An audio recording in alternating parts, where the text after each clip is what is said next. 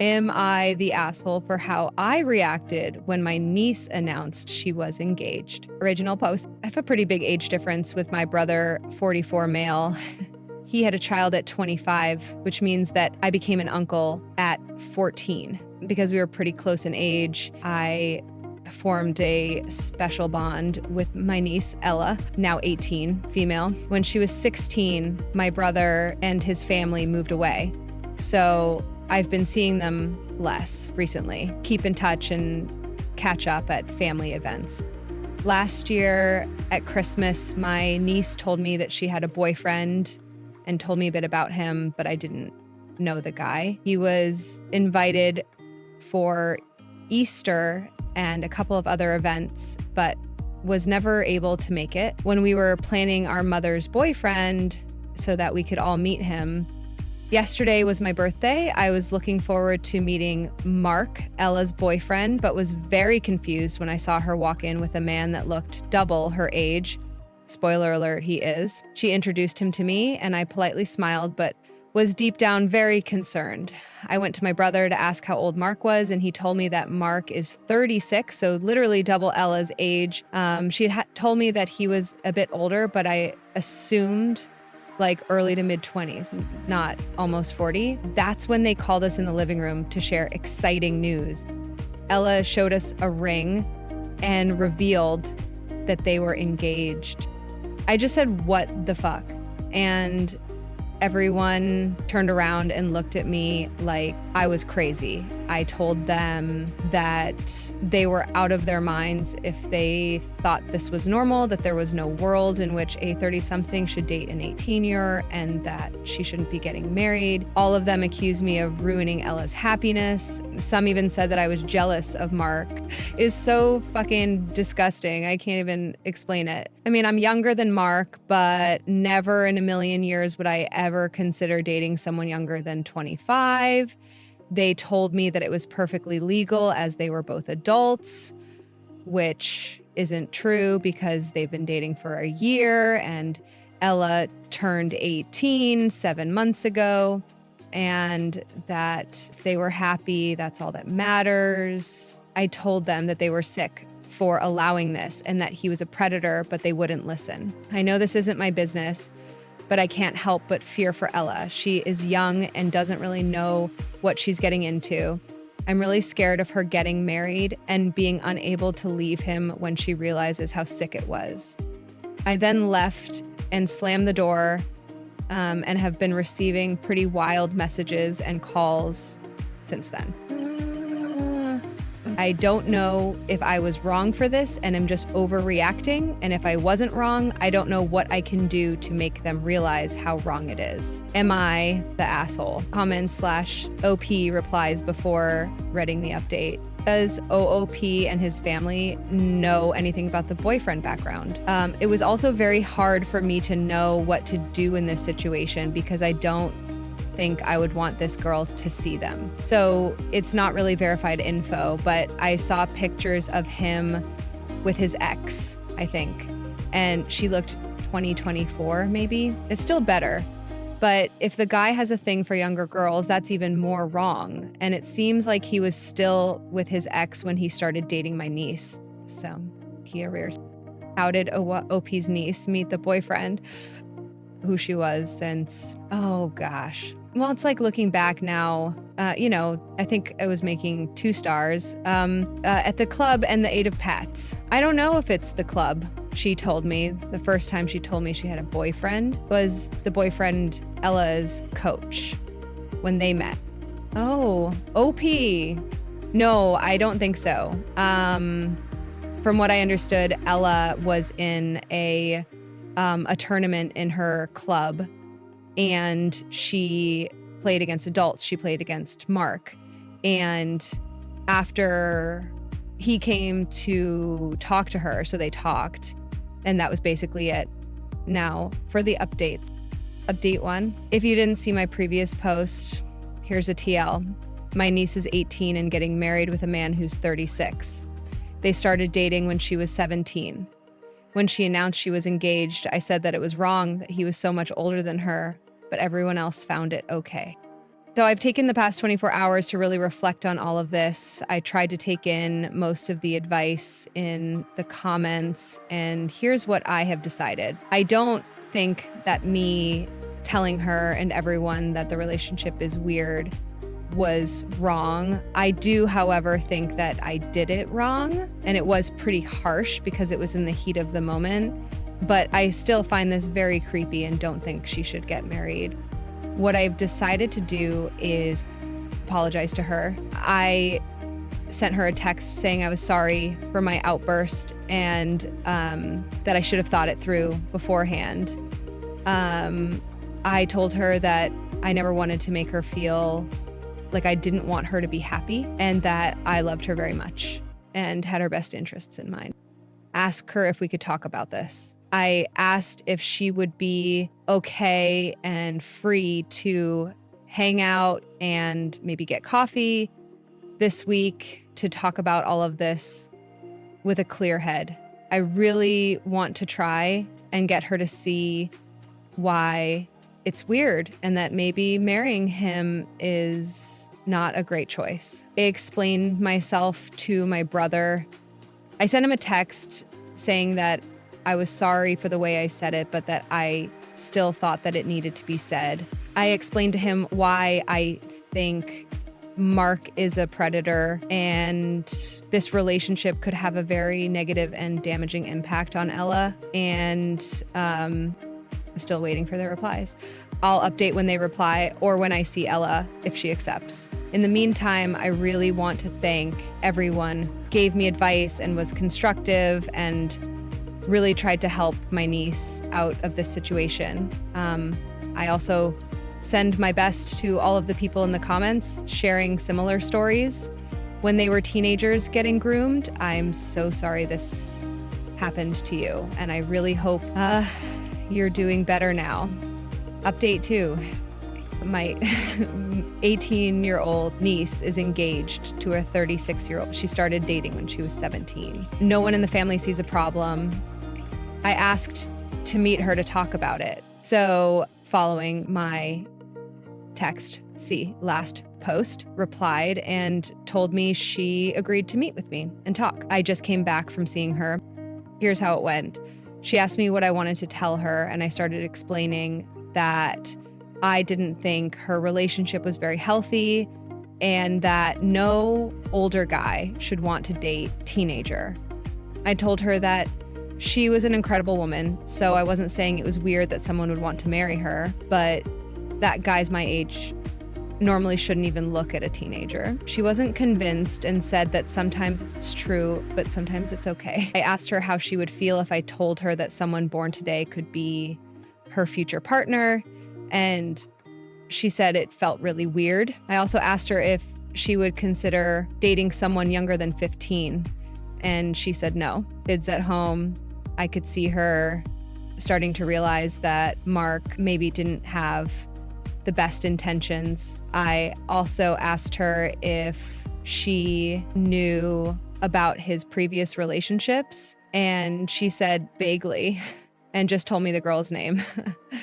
I also asked her if she knew that their relationships overlapped, and she said that Mark always told her he was single since they met, but she kind of felt like that wasn't true. Told her that since his previous girlfriend was also significantly younger, it seemed like he had a thing for younger girls, which is kind of weird. After discussing that, she told me a bit more about her relationship. She told me she was starting to feel weird about it because of Mark's recent behavior. I asked what she meant, and she said that he had been flirting with a lot of girls who were all also younger, including some of Ella's friends. When she confronted him, he sort of gaslit her into thinking it wasn't flirting. He was also making a lot of comments about having children with Ella and how cute it would be to see her raise them. She told me she was absolutely not ready for that and also wanted to go to college and work and not be a som. Because of all of that, she was doubting her relationship, and I told her that I understood. I also said I would be there for her no matter what.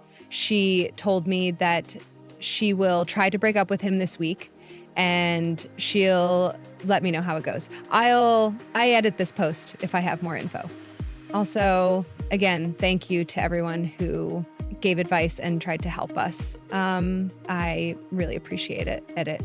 Okay, so I just want to say, some people in the comments seem to think that this is fake. And you know what? I can understand. And I don't really care. I'm not asking you to believe that my life is real or fake. And it's great that you don't just believe everything you see online.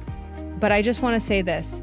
There are hundreds of people on here or elsewhere that share similar stories. I'm not really affected by people thinking I'm lying, mainly because I'm not the one in that situation.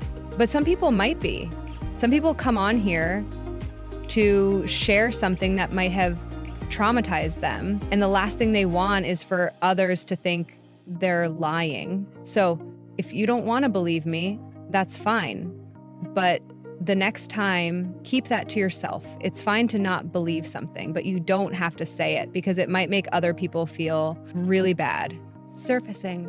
Girl, I even have update 3. I know it's been a while since I posted the last update and a lot of people have been requesting updates on the whole situation, but until now, I hadn't really received any news, so please forgive me if this update took a while to come.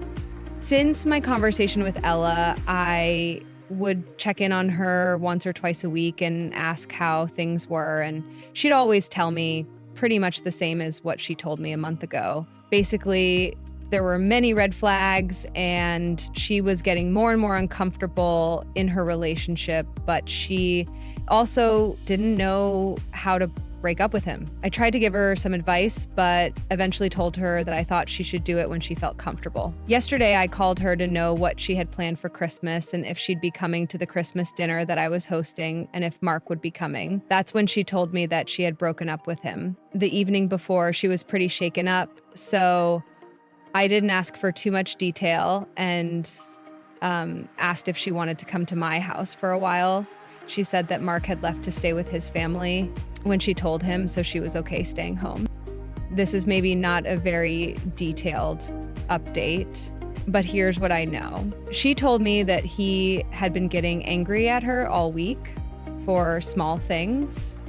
And then they were talking about Christmas and he insisted that they shouldn't go with Ella's family and instead spend a week with his family because they see them less often. They live out of state. And after that, he made a comment about how he hoped that the next year as a present, they could give his mother a grandchild. And Ella said that's what really made her break up with him. And she also told me that she would be coming alone for Christmas. I don't know what she told him or how he reacted, and maybe she'll tell me more in a while when she feels better, and if not, I won't ask her to. If I get more information, I'll edit this post, but for now, that's it. Again, thank you to anyone who gave advice and tried to help with this situation. Top comments.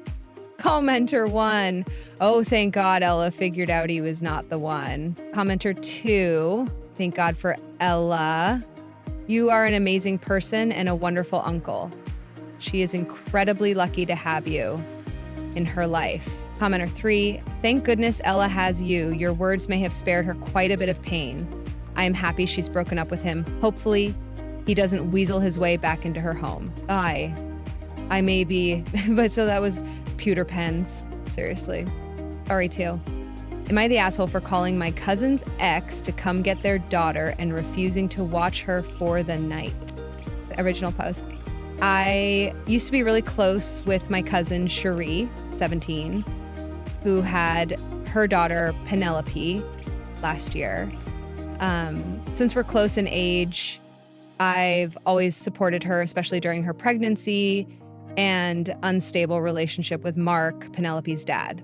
I've spent a lot of time with Penelope, taking her to the park or the gallery. And when Cherie asked me to babysit one evening while she went out with friends, I agreed because I love both of them. Everything went fine until 11:30, the time Cherie said she'd be back. She didn't show up, didn't call, and didn't answer my texts. Since Penelope was asleep, I decided to wait, assuming she lost track of time. But hours passed with no word from Cherie, which wasn't like her, so I got really worried. I tried contacting her friends and checking her location, but she turned it off. This was odd since she'd always shared her location with me.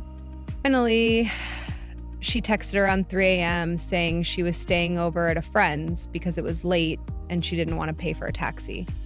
By this point, I was exhausted and upset Cherie had left me in the dark and essentially made me watch Penelope all night without asking.